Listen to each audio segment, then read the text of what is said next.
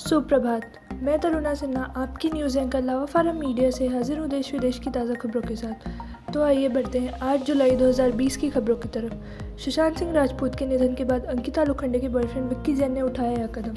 सुशांत सिंह राजपूत से ब्रेकअप के कई सालों बाद अंकिता लोखंडे की लाइफ में विक्की जैन आए। अंकिता और विक्की एक दोस्त के जरिए मिले थे। अब सुशांत के निधन के बाद विक्की ने अपने इंस्टाग्राम अकाउंट पर कमेंट बॉक्स सेक्शन को बंद कर दिया है। अब विक्की के पोस्ट पर कोई कमेंट नहीं कर पाएगा। बढ़ते हैं कुछ और खबरों की तरफ। अनुच्छेद 370 हटने से बंद हुई पत्थरबाजी। गिलानी पहले हुर्रियत छोड़ देते तो इतना रक्तपात ना होता। डॉक्टर श्यामा प्रसाद मुखर्जी की जयंती पर श्रीनगर में उन्होंने कहा कि तत्कालीन प्रधानमंत्री जवाहरलाल नेहरू ने भी कहा था कि अनुच्छेद 370 अस्थायी है। तत्कालीन कानून मंत्री बी आर अम्बेडकर ने भी अनुच्छेद 370 को शामिल नहीं किया था, जिसका अर्थ यह है कि एक अस्थायी अनुच्छेद है। फिर 35A कहा गया। इसे एक राष्ट्रपति अधिसूचना के माध्यम से शामिल किया गया था, जो गलत था।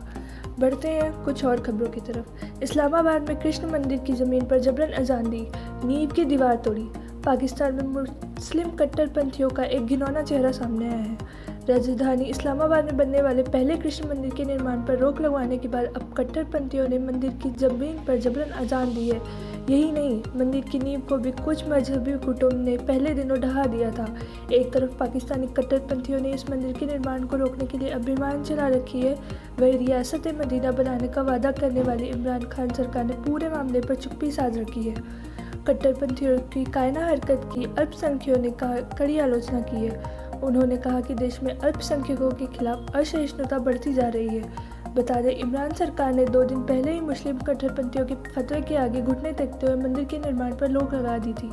इस मंदिर का निर्माण पाकिस्तान की कैपिटल डेवलपमेंट अथॉरिटी कर रही थी।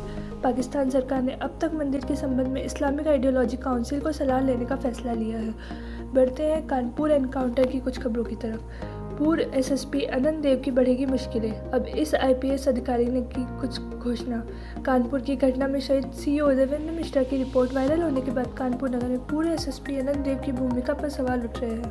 कहा जा रहा है कि अगर सीओ की रिपोर्ट पर कार्रवाई होती तो शायद इतनी बड़ी घटना ना घटती। आईपीएस अधिकारी अमिताभ ठाकुर ने पूर्व एसएसपी अनंत देव को मौजूदा समय में डीआईजी एसटीएफ के पद पर तैनात है, उनके खिलाफ कार्रवाई की मांग की है। बढ़ते हैं टिकटॉक की कुछ खबरों की तरफ। चीन को झटका। टिकटॉक समेत चीनी ऐप पर बैन लगा सकता है अमेरिका। जिसका अनुमान था वही हो रहा है। ऐप बैन कर चीन को भारत का दिया झटका, अब उसे और तेज करने जा रहा है। अमेरिका भी टिकटॉक समेत चीनी मोबाइल ऐप पर प्रतिबंध लगाने पर गंभीरतापूर्वक विचार कर रहा है। अमेरिका के विदेश मंत्री माइक पोम्पियो ने सोमवार देर रात इस संबंध में ऐलान किया। उन्होंने कहा है कि हम निश्चित रूप से चीनी ऐप पर प्रतिबंध लगाने पर विचार कर रहे हैं। उधर ऑस्ट्रेलिया में भी चीनी ऐप पर प्रतिबंध लगाने की मांग तेजी हो रही है। भारत में टिकटॉक बैन होने से चीनी कंपनी को करीब $6 अरब का नुकसान हुआ है। मैं तरुणा सिन्हा कल फिर मिलूंगी ताज़ा खबरों के साथ। तब तक घरों पर रहें, सुरक्षित रहें।